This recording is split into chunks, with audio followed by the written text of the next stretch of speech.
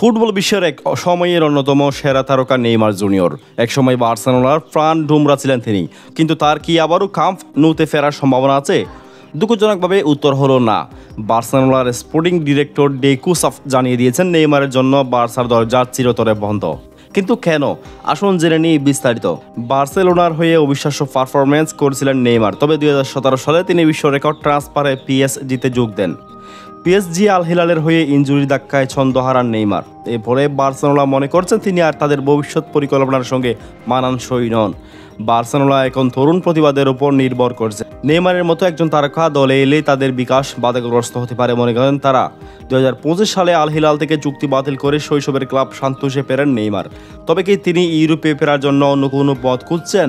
Neymar এখন সান্তোসের হয়ে করিন্থিয়ান্সের বিপক্ষে গুরুত্বপূর্ণ ম্যাচের জন্য প্রস্তুতি নিচ্ছেন। বার্সেলোনার ফেরার স্বপ্ন হয়তো নেইমারের জন্য শেষ, তবে ফুটবল দুনিয়ার কিছুই অসম্ভব নয়। আপনার কি মনে হয় নেইমার কি ইউরোপে ফিরতে পারবেন? মন্তব্য জানান কমেন্ট বক্সে। প্রিয় দর্শক, ফুটবলকে ভালোবাসলে অবশ্যই চ্যানেলটি সাবস্ক্রাইব করবেন।